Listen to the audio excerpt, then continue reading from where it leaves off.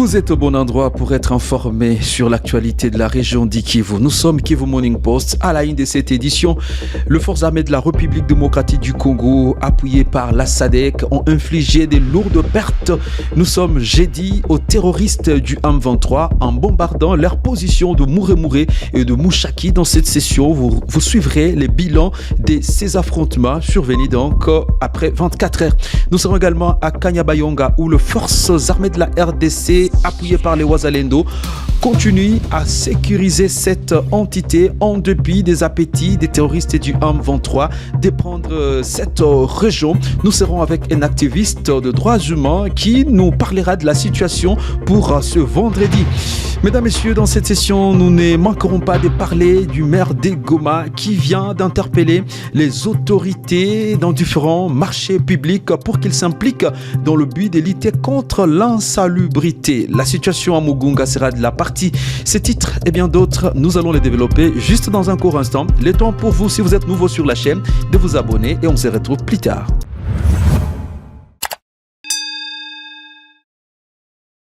Je l'ai dit au sommaire, après les affrontements survenus jeudi 30 mai 2024, la situation reste tendue ce vendredi dans l'est de la République démocratique du Congo, particulièrement dans les collines surplombant la cité d'Essaké. De précision avec Blaise Bassabossé. Selon les informations recueillies sur place, plusieurs morts ont été signalés à Mouchaki, parmi lesquels figurent des officiers et des soldats du M23 RDF tués lors des bombardements sur leur position dans les collines de Mouchaki.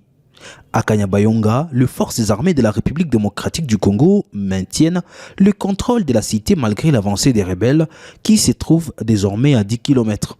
À Butalongola et Kilambo, les combats viennent d'éclater en début d'après-midi.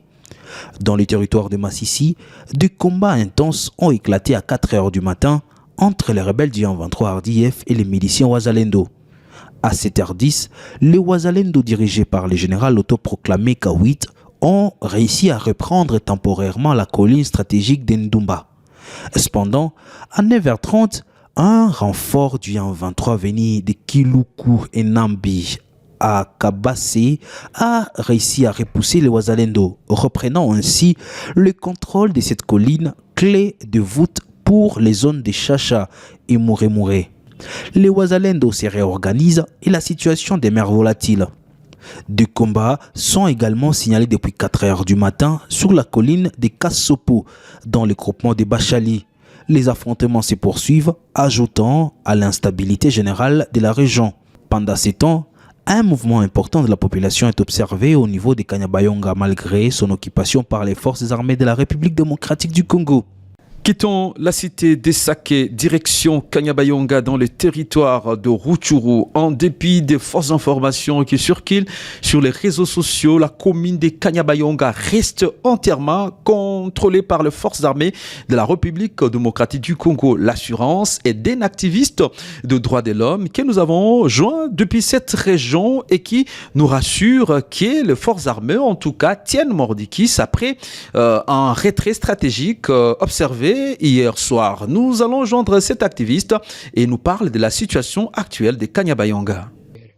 Et aujourd'hui, grâce à Dieu, grâce aux alertes et aux initiatives de tous, la force loyaliste vient de déployer des éléments très nombreux sur les lignes de front, mais aussi de renforcer à terme de munitions et en hommes.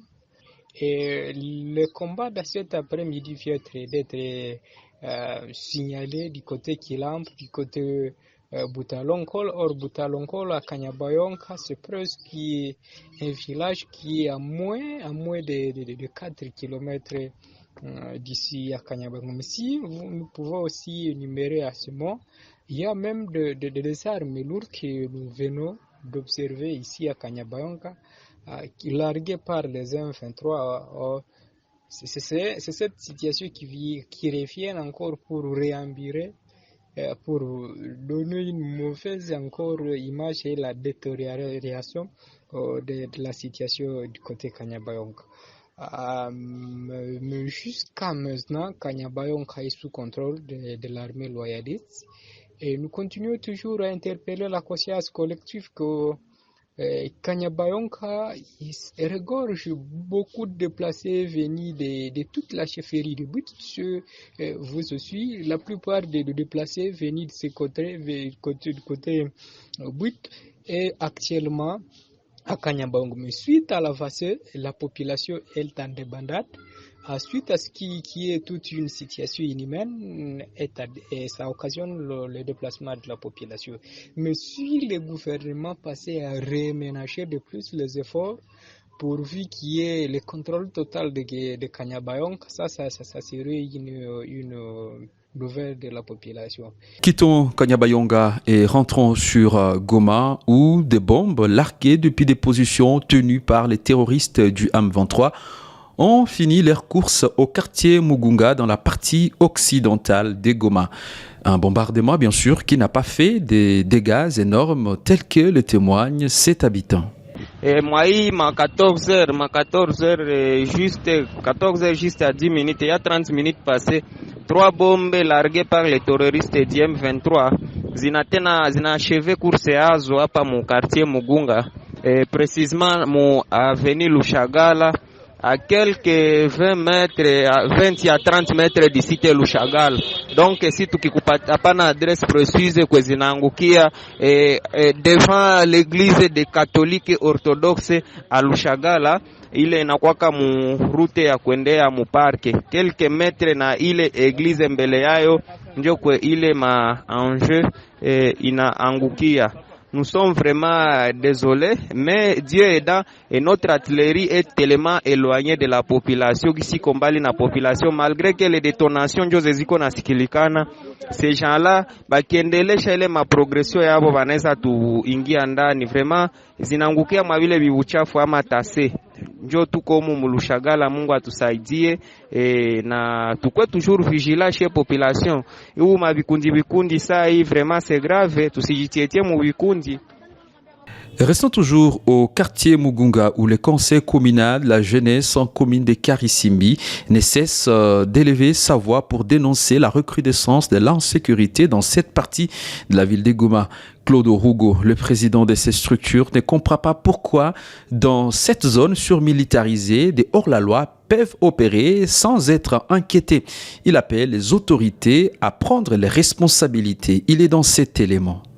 Mais la seule question qu'on est en train de se poser, nous, en tant que conseil communal, c'est de voir un quartier comme Mugunga, un quartier qui est surmilitarisé, avec beaucoup de militaires, avec beaucoup de policiers, avec beaucoup d'hommes qui circulent avec les armes à feu, mais ces 10 quartiers est insécurisé jusqu'à la moelle épinière. Nous nous posons la question. Pourquoi les inciviques peuvent envahir ces quartiers du 1er au 31 pendant que c'est un quartier qui est surmilitarisé, pendant que c'est un quartier qui héberge un bon nombre de déplacés venus du territoire de Massissi, fouillant la guerre des agresseurs du M23. Et nous, on n'est pas en train de comprendre. Et quand on ne comprend pas, on continue toujours à faire appel aux autorités. Il y a certaines recommandations qu'on est en train de donner. Entre autres, c'est lui de songer à l'organisation le plus vite possible des bouclages systématiques dans le camp de déplacés de Mugunga, dans le camp de déplacés de Boulengo, dans le camp de déplacés de Roussayo. Parce que les jeunes inciviques qui seraient en train de faire mal aux citoyens en collaboration avec les hommes à feu seraient venus de différents camps. Raison pour laquelle ces camps de déplacés doivent être bouclés. Et une fois bouclés ces camps, ne sera pas seulement une manière de sauver la ville de Goma, et pourquoi pas, ça serait une manière de sauver toute la province du Nord Kivu, parce que la ville de Goma est sous menace des agresseurs, est sous menace des terroristes. Raison pour laquelle l'autorité doit songer le plus vite possible au bouclage systématique de tous les bandits, de tous les criminels qui peuvent se cacher dans le cas des déplacés. Restons toujours à Goma où le maire, le commissaire supérieur principal Kapand Kamand Faustin, A mise en garde, nous sommes jeudi 30 mai 2024, tous les gestionnaires et administrateurs de marchés publics qui refusent d'évacuer les poubelles de manière intentionnelle. Le commissaire supérieur principal, Fonste Capand-Gamonde, a fait ses déclarations devant la presse, exprimant ses regrets que les gestionnaires de marchés publics ne soient pas en mesure d'évacuer les immondices alors qu'ils perçoivent quotidiennement des taxes auprès des commerçants. Le maire a tout simplement dit ces citoyens tuent notre population sous une autre forme et cela représente une insécurité environnementale intolérable, a-t-il prévenu. En outre, il a annoncé une traque systématique de marchés pirates communément appelé Boaka où se vendent divers articles d'occasion. Selon lui, cette pratique encourage les vols dans sa juridiction. Elle fait débat sur les réseaux sociaux en République démocratique du Congo. Elle, c'est la nouvelle ministre nationale de la jeunesse et éveil patriotique nommée dans le gouvernement national de Judith Souminois. Les internautes reprochent à ces dernières de publication sur ces plateformes de communication de photos très osées et qui ne reflètent pas une bonne image de celle qui est censée travailler pour le compte de la jeunesse de la RDC. Invité à se prononcer sur cette question, le président du Parlement de jeunes du Nord Kivu semble très réservé sur cette question. Celui-ci estime que nous devons donner la chance à Madame Noëlla Ayenagato pour que nous puissions la juger sur ses réalisations.